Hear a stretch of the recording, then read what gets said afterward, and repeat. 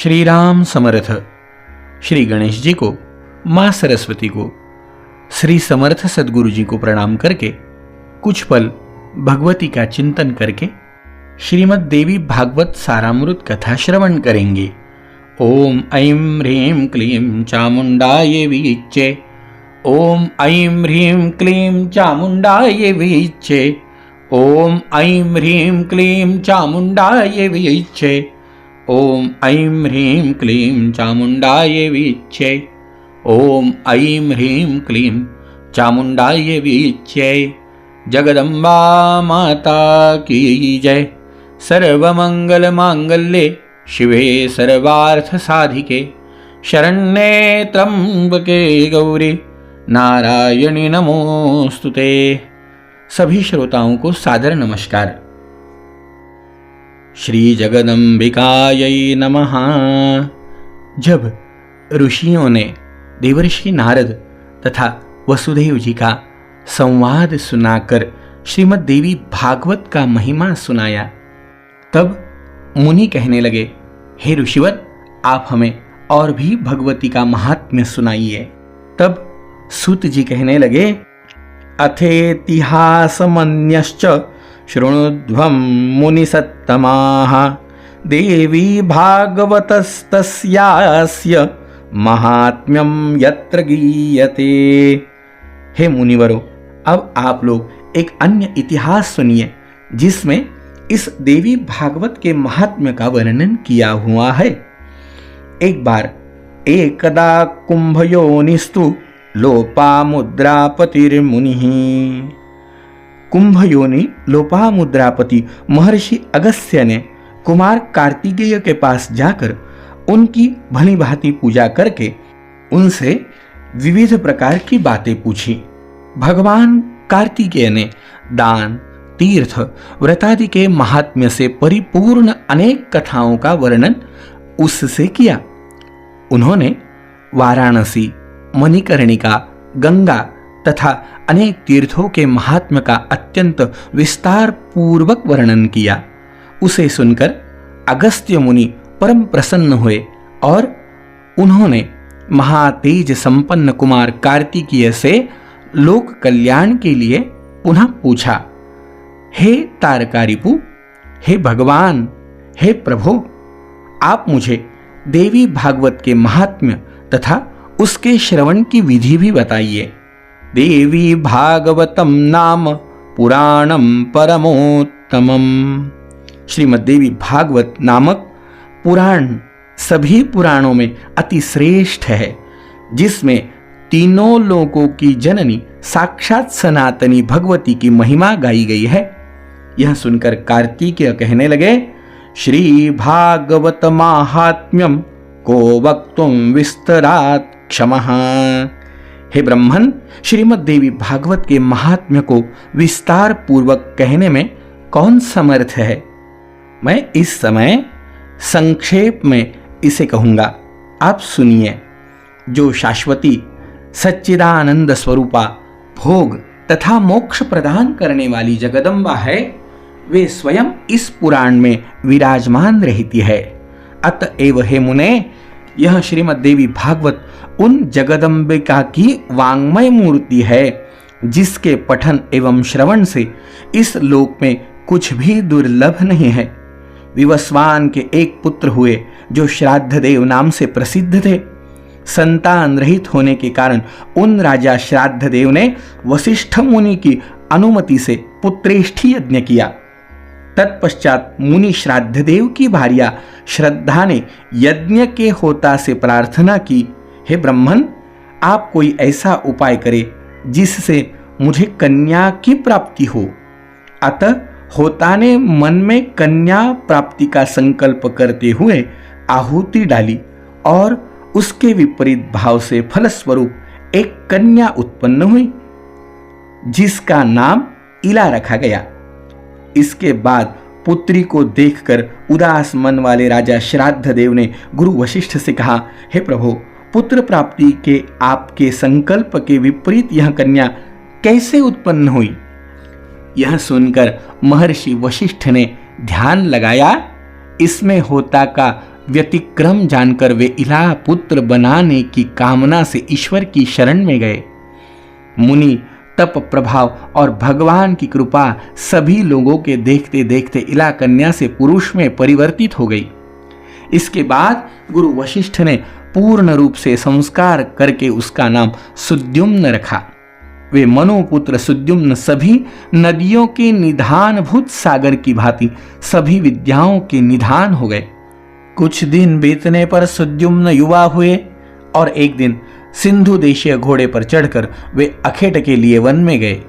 अपने सहचरों के साथ वे कुमार सुद्युम्न एक वन से दूसरे वन में जाते हुए भटकते रहे और फिर संयोग से वे हिमालय की तलहटी के उस वन में पहुंच गए जहां किसी समय देवाधिदेव भगवान शंकर अपनी भार्या अपर्णा के साथ आनंद पूर्वक मुद्रा में रमण कर रहे थे। उसी समय भगवान शंकर के दर्शन की अभिलाषा से मुनिगण वहां आ गए और उन्हें देखकर पार्वती लज्जित हो गई। तब शिव एवं पार्वती को रमन करते हुए देखकर उत्तम व्रत धारण करने वाले मुनि वहां से लौटकर वैकुंठ धाम की ओर चले गए। तदनंतर अपनी प्रियतमा को प्रसन्न करने के लिए भगवान ने उस अरण्य को शाप दे दिया कि आज से जो भी पुरुष यहां प्रवेश करेगा वह स्त्री हो जाएगा। तभी से पुरुषों ने उस वन में जाना त्याग दिया था। संयोगवश वहां पहुंचते ही सुद्युम्न एक लावण्यमयी स्त्री के रूप में फिर से परिवर्तित हो गए। केवल सुद्युम्न जी परिवर्तित हुए क्या? नहीं, सुद्युम्न जी ने देखा अपने सभी अनुचरों को पुरुषों से स्त्री तथा घोड़ों को घोड़ियों में रूपांतरित हुआ देखकर सुद्युम्न आश्चर्यचकित हो गए। अब वह रूपवती तरुणी वन वन में विचरण करने लगी। एक बार वह बुध के आश्रम के समीप पहुंची। अपने आश्रम पे आए हुए लावण्यवती स्त्री को देखकर भगवान बुध उस पर मोहित हो गए। वह सुंदर स्त्री भी चंद्रपुत्र कुमार बुध पर आसक्त हो गई और बुध के साथ रमन करती हुई उनके आश्रम में रहने लगी। हे महर्षि अगस्त्य, कुछ समय बाद बुध ने उस तरुणी से पुरुरवा नामक पुत्र को उत्पन्न किया। इस प्रकार बुध के आश्रम में रहते हुए कई वर्ष बीत जाने पर किसी समय उसे अपने पूर्व वृत्तांत का स्मरण हो आया और वह दुखित होकर आश्रम से चली गई। इसके बाद गुरु वशिष्ठ के आश्रम में पहुंचकर उन्हें प्रणाम किया और सारा वृत्तांत कहकर पुरुषत्व की कामना करती हुई वह उनके शरणागत हो गई। इस प्रकार सभी बातों को जानकर वशिष्ठ जी कैलाश पर्वत पर जाकर विधि विधान से भगवान शंकर की पूजा करके परम भक्ति से उनकी स्तुति करने लगे। महर्षि कहने लगे, नमो नमः शिवायस्तु शंकराय कपर्दिने गिरिजार्धांगदेहाय नमस्ते चंद्रमौलिने मृडाय सुखदात्रे ते नमः कैलासवासिने नीलकंठाय भक्तानां भुक्ति मुक्ति प्रदायिने। वशिष्ठ जी कहने लगे, शिव शंकर कपर्दी गिरिजा के अर्धांग एवं चंद्रमौली को बार बार नमस्कार है। मृड सुखदाता कैलाशवासी नीलकंठ भक्तों को भोग तथा मोक्ष प्रदान करने वाले आपको हमेशा मेरा नमस्कार है। शिवाय शिवरूपाय प्रपन्न भयहारिणे नमो वृषभवाहाय शरण्याय परमात्मने। शिव शिवस्वरूप शरणागत भयहारी वृषभ वाहन शरणदाता परमात्मा को अखंड मेरा नमस्कार है। सृजन पालन तथा संहार के समय ब्रह्मा विष्णु तथा महेश रूपधारी देवाधिदेव वरदायक तथा त्रिपुरारी को भी मेरा नमस्कार है। यज्ञ रूपाय यजताम फलदात्रे नमो नमः गंगाधराय सूर्येन्दु शिखिनेत्राय ते नमः। यज्ञ रूप तथा याजकों को, फलदाताओं को बार बार नमस्कार है। आप गंगाधर, सूर्य, चंद्र, अग्नि स्वरूप त्रिनेत्र को भी मेरा अखंड नमस्कार है।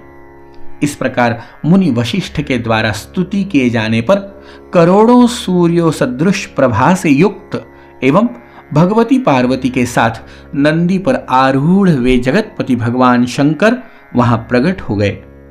चांदी के पर्वत के समान प्रभा वाले त्रिनेत्रधारी भगवान चंद्रशेखर शरण में आए हुए मुनि श्रेष्ठ वशिष्ठ जी से अत्यंत प्रेम पूर्वक प्रसन्न चित्त होकर बोलने लगे।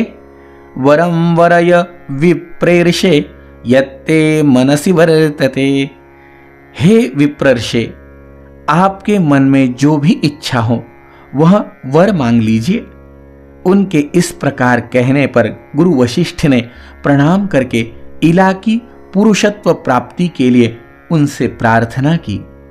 इसके बाद प्रसन्न होकर महादेव जी ने मुनि श्रेष्ठ वशिष्ठ से कहा, हे वशिष्ठ, 1 मास तक वह पुरुष रूप में तथा 1 मास तक वह नारी रूप में रहेगा। इस प्रकार शिवजी से वर प्राप्त करके महर्षि वशिष्ठ ने वर प्रदान करने के लिए सदा उत्सुक रहने वाली जगदंबिका पार्वती को भी प्रणाम किया। करोड़ों चंद्रमा की कलाकांति से युक्त सुंदर मुस्कान वाली भगवती की सम्यक पूजा करके सदा के लिए इला की पुरुषत्व प्राप्ति की कामना से वशिष्ठ जी श्रद्धापूर्वक भगवती की भी स्तुति करने लगे। जय देवी महादेवी भक्तानुग्रह कारिणी, जय सर्वसुराराध्ये जयानंद गुणालये। नमो नमस्ते देवीशि शरणागत वत्सले, जय दुर्गे दुःखहंत्री दुष्ट दैत्य निषूदिनी। हे देवी, हे महादेवी, हे भक्तों पर कृपा करने वाली भगवती, आपकी जय हो। हे समस्त देवी की आराध्य स्वरूपा और अनंत गुणों की अगार, आपकी जय हो। हे देवेश्वरी, नमो नमस्ते देवीशि शरणागत वत्सले। हे जगदंबिके, हे शरणागत वत्सले, आपको बार बार नमस्कार है। हे दुख हारिणी, हे दुष्ट दानवों का नाश करने वाली भगवती, आपकी जय हो, आपकी जय हो। हे भक्ति से प्राप्त होने वाली भगवती, हे महामाये, हे जगदंबिके, हे भवसागर से पार उतारने वाली, हे भवसागर से पार उतारने के लिए नौका स्वरूप चरण कमल वाली, आपको नमस्कार है। आपके चरण कमलों की सेवा से ही ब्रह्मा, विष्णु तथा महेश आदि देवता विश्व के सृजन, पालन तथा संहार हेतु सामर्थ्य प्राप्त करते हैं। पुरुषार्थ चतुष्टय यानी धर्म, अर्थ, काम तथा मोक्ष प्रदान करने वाली हे देवेश्वरी, आप प्रसन्न हो। हे देवी, आपकी स्तुति करने में भला कौन समर्थ है, अतः मैं आपको केवल प्रणाम करता हूं। एवं स्तुता भगवती दुर्गा नारायणी परा, भक्त्या वशिष्ठ मुनिना प्रसन्ना तत्क्षणादभूत। महर्षि वशिष्ठ जी द्वारा इस प्रकार भक्ति भाव से स्तुति किए जाने पर नारायणी पराम्बिका दुर्गा भगवती तत्काल प्रसन्न हो गई और प्रसन्न होकर मुनि वशिष्ठ जी से कहने लगी, हे द्विज श्रेष्ठ, सुद्युम्न को 9 दिनों में मुझे प्रसन्नता प्रदान करने वाले श्रीमद् देवी भागवत पुराण का प्रेम पूर्वक श्रवण कराइए। उसके श्रवण मात्र से उसे सर्वदा के लिए पुरुषत्व की प्राप्ति हो जाएगी। ऐसा कहकर भगवती पार्वती तथा भगवान शंकर अंतर्धान हो गए। इसके पश्चात वशिष्ठ जी उस दिशा को नमस्कार कर अपने आश्रम को लौट आए और सुद्युम्न को बुलाकर उन्होंने देवी की आराधना करने के लिए उन्हें आदेश दिया।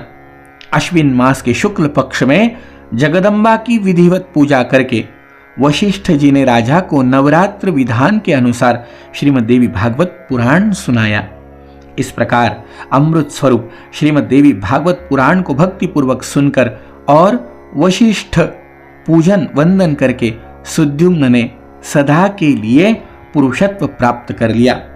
महर्षि वशिष्ठ ने सुद्युम्न का राज्याभिषेक किया और वे प्रजाओं को प्रसन्न रखते हुए धर्मपूर्वक भूमंडल पर शासन करते रहे।